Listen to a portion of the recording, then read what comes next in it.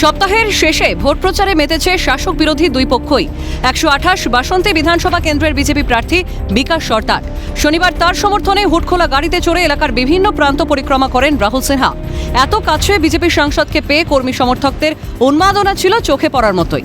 কিন্তু আচমকাই ছন্দ কাটে বিজেপি প্রার্থী বিকাশ সর্দারের প্রচারে। কি উন্নয়ন করেছে বিজেপি, এই প্রশ্ন তুলে মাঝ রাস্তায় বাইক দাঁড় করিয়ে বিজেপি প্রার্থীর দিকে এগিয়ে যান এক তৃণমূল কর্মী।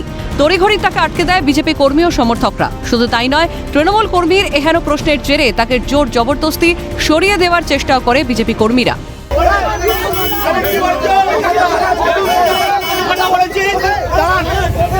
এমনই পরিস্থিতি তৈরি হয় যে প্রচার থামিয়ে হুটখোলা গাড়ি থেকে নেমে এসে বিজেপি কর্মীদের সরিয়ে নিয়ে যান বিজেপি প্রার্থী বিকাশ সর্দার। পরবর্তীতে ওই তৃণমূল কর্মীকে আটক করে পুলিশ ও কেন্দ্রীয় বাহিনী।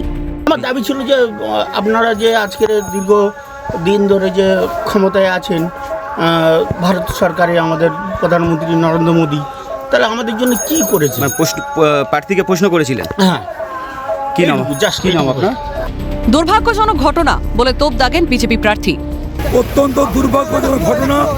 বাসন্তী বিধানসভার তৃণমূল কংগ্রেসের নেতারা ভয় পেয়ে গিয়েছে।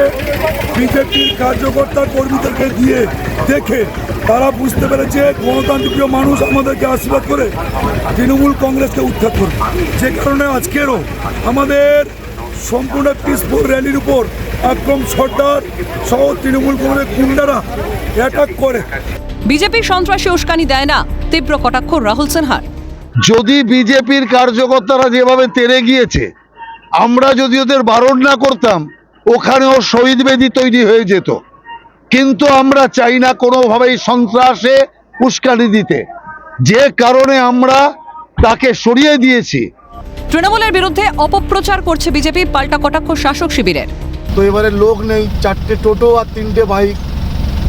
এবারে তৃণমূলের বিরুদ্ধে অপপ্রচার করে বিজেপির নেতাদের বলবে আমি ওখানে প্রচার করতে গিয়েছি, যার জন্য তৃণমূলের নেতারা বাধা দিয়েছে। তৃণমূলের নেতাদের এত দুর্দিন আসেনি। রাহুল সিনহার মতন একজন নেতা, তার প্রচারে হচ্ছে কি বাধা দিতে হবে।